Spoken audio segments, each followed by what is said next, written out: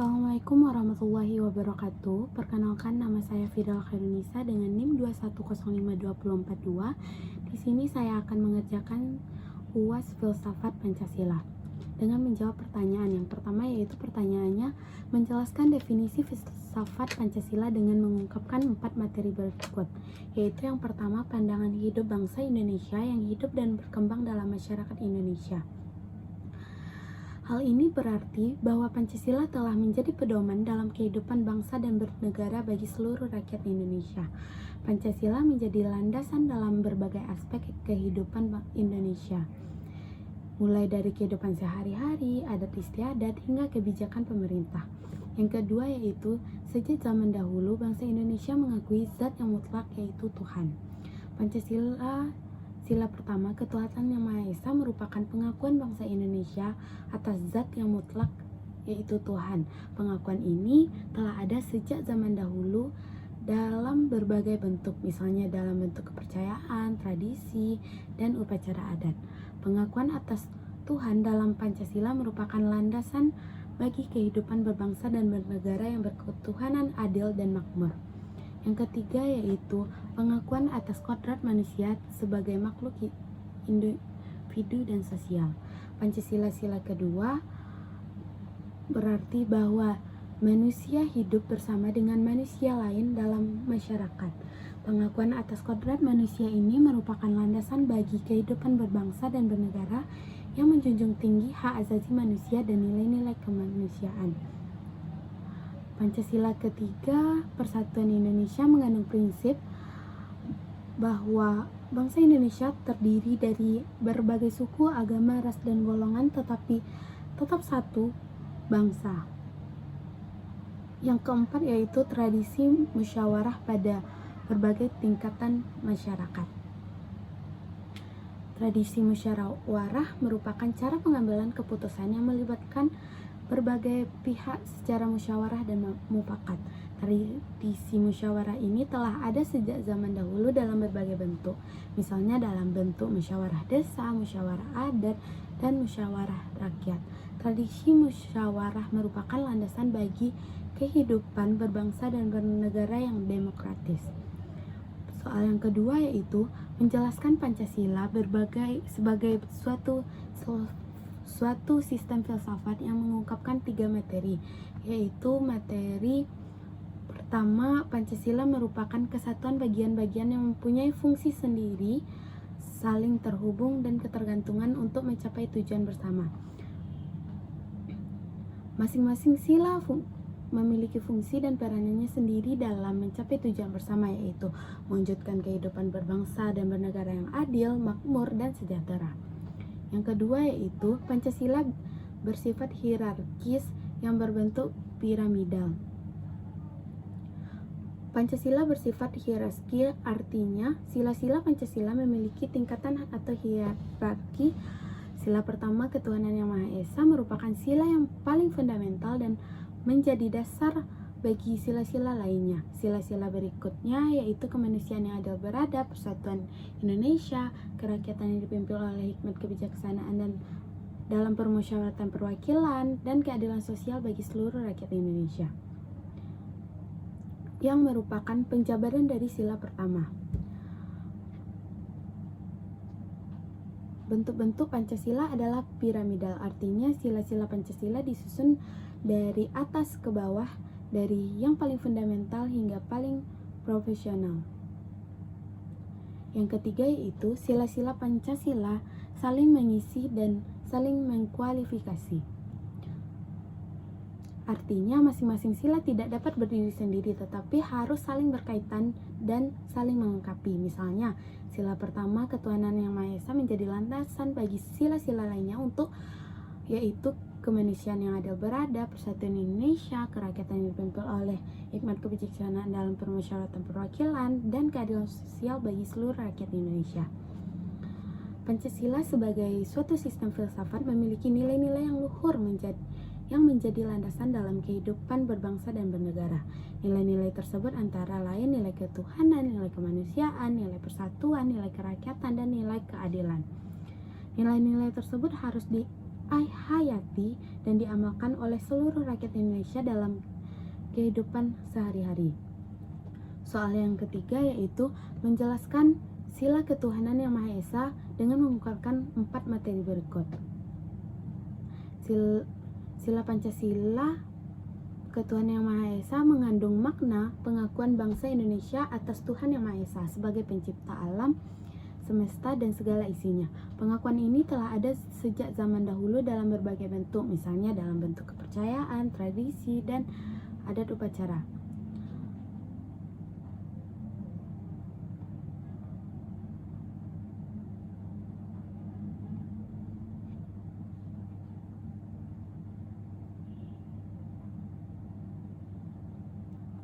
Bangsa Indonesia merupakan bangsa yang religius. Sejak zaman dahulu, bangsa Indonesia telah memiliki nilai-nilai agama yang luhur seperti nilai-nilai toleransi, kerukunan, dan gotong royong. Nilai-nilai tersebut telah menjadi bagian dari kehidupan bangsa Indonesia dan menjadi landasan dalam kehidupan berbangsa dan bernegara. Hakikat abstrak, Tuhan, dan realistis merupakan nilai-nilai yang datang dari Tuhan. Hakikat abstrak Tuhan adalah sesuatu yang tidak dapat dijangkau oleh akal manusia, namun realistisnya adalah berupa nilai-nilai yang datang dari Tuhan. Nilai-nilai tersebut antara lain nilai-nilai moral seperti kejujuran, keadilan, dan kasih sayang. Nilai kespiritualan seperti kedamaian, ketenangan, dan kebahagiaan. Selanjutnya itu nilai-nilai sosial seperti kepedulian, gotong royong, dan solidaritas. Segala aspek penyelenggaraan negara, moral penyelenggaraan negara, dan juga penjabaran dalam tata tertib hukum Indonesia harus sesuai dengan nilai-nilai yang berasal dari Tuhan. Sila pertama Pancasila menjadi landasan bagi penyelenggaraan negara. Segala bentuk penyelenggaraan negara, baik moral, penyelenggaraan negara maupun penjabaran dalam tertib hukum Indonesia harus sesuai dengan nilai-nilai yang berasal dari Tuhan. Negara memberikan jaminan hukum kepada setiap warga negara untuk memeluk agama sesuai dengan keyakinan dan kepercayaannya masing-masing. Negara menjamin kebebasan beragama bagi setiap warga negara. Setiap warga negara berhak memeluk dan beribadah menurut agamanya masing-masing. Negara juga menjamin toleransi antar umat beragama. Makna sila ketuhanan yang Maha Esa dalam kehidupan sehari-hari, yaitu yang pertama melaksanakan ibadah sesuai dengan agama dan kepercayaan masing-masing, mengembangkan nilai-nilai moral dan spiritual dalam kehidupan sehari-hari, mengembangkan nilai-nilai sosial dalam kehidupan sehari-hari, menjadi warga negara yang toleran, menghargai perbedaan. Dengan menghayati dan mengamalkan makna sila ketuhanan yang Maha Esa, kita dapat mewujudkan kehidupan berbangsa dan bernegara yang adil, makmur, dan sejahtera. Pertanyaan yang keempat yaitu menjelaskan makna sila kemanusiaan yang adil dan beradab dan mengungkapkan 5 materi berikut. Sila kedua Pancasila kemanusiaan yang adil dan beradab mengandung makna pengakuan bangsa Indonesia atas harkat dan martabat manusia yang sederajat dan setara. Pengakuan ini didasarkan pada hakikat manusia sebagai makhluk Tuhan, makhluk pribadi, dan makhluk sosial. Hakikat abstrak manusia. Hakikat abstrak manusia adalah suatu yang tidak dapat dijangkau oleh akal manusia, namun hakikat manusia dapat dipahami oleh berbagai pendekatan, antara lain manusia sebagai makhluk Tuhan, manusia sebagai makhluk pribadi, yang ketiga yaitu sebagai makhluk sosial, yang kedua yaitu sifat dan keadaan negara. Sila kemanusiaan yang adil dan beradab menjadi landasan bagi sifat dan keadaan negara. Negara harus bersifat adil dan beradab. Hal-hal yang berkaitan dengan hakikat negara dan aspek penyelenggaraannya harus berdasarkan atas nilai-nilai yang berdasarkan pada hakikat tentang kemanusiaan. Hal-hal yang berkaitan dengan hakikat negara dan segala aspek penyelenggaraan harus berdasarkan atas nilai-nilai yang bersumber pada hakikat kemanusiaan. Nilai-nilai tersebut yaitu nilai-nilai moral, nilai-nilai spiritual, dan nilai-nilai sosial. Yang ketiga yaitu hasil kerjasama akal, rasa, dan kehendak. Sila kemanusiaan yang adil dan beradab merupakan hasil kerjasama akal, rasa, dan kehendak. Akal memberi pengetahuan yang benar, rasa mengujinya dengan pedoman pada hasrat, sedangkan kehendak menentukan akan dilakukannya atau tidak atas dasar pertimbangan baik buruk secara etis atas dasar pertimbangan di atas seluruh keputusan yang akan diambil.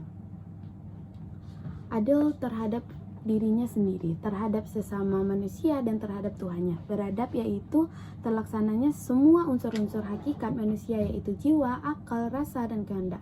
Melaksanakan hakikat harus pluralis secara optimal. Inilah tujuan pembangunan manusia seutuhnya. Sila kemanusiaan yang adil dan beradab mengandung makna bahwa manusia harus adil terhadap dirinya sendiri, terhadap sesama manusia, terhadap Tuhannya. Adil terhadap dirinya sendiri berarti bahwa manusia harus mengembangkan potensi dirinya secara optimal. Adil terhadap sesama manusia berarti bahwa manusia harus saling menghormati dan menghargai antar sesama manusia. Adil terhadap Tuhannya berarti manusia harus menjalankan ajaran agamanya dengan baik. Penerapan sila kemanusiaan yang adil dan beradab dalam kehidupan sehari-hari diterapkan dengan cara menghormati hak asasi manusia, mengembangkan nilai-nilai moral dan spiritual, mengembangkan nilai-nilai sosial, dan menjadikan warga negara yang adil dan beradab. Dengan menghayati dan mengamalkan makna sila kemanusiaan yang adil dan beradab, kita dapat mewujudkan kehidupan berbangsa dan bernegara yang adil, makmur, dan sejahtera. Soal yang kelima yaitu menjelaskan makna sila persatuan Indonesia mengungkapkan 3 materi. Sila ketiga Pancasila Persatuan Indonesia mengandung makna bahwa bangsa Indonesia adalah satu bangsa yang utuh yang tidak dapat dipisahkan. Bangsa Indonesia terdiri dari berbagai suku, agama, ras, dan golongan, tetapi tetap satu bangsa. Yang pertama yaitu pembukaan Undang-Undang Dasar Negara 1945 alinea kedua. Persatuan menentukan keberhasilan perjuangan rakyat Indonesia. Persatuan syarat mutlak terwujudnya tujuan negara Indonesia. Pembukaan Undang-Undang Negara Republik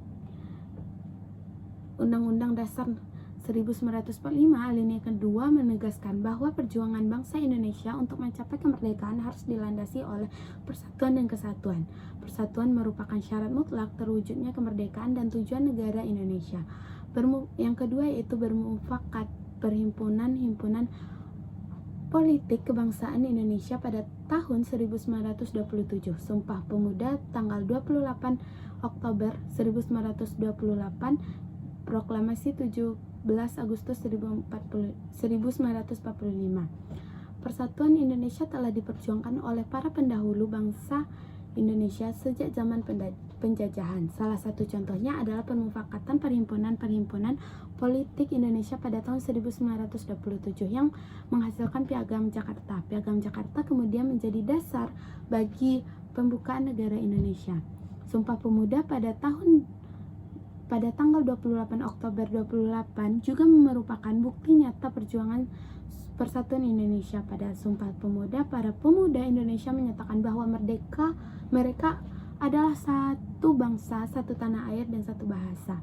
Proklamasi kemerdekaan Indonesia pada tanggal 17 Agustus 1945 juga merupakan puncak dari perjuangan persatuan Indonesia. Dengan proklamasi tersebut, bangsa Indonesia menyatakan dirinya sebagai bangsa yang merdeka dan berdaulat.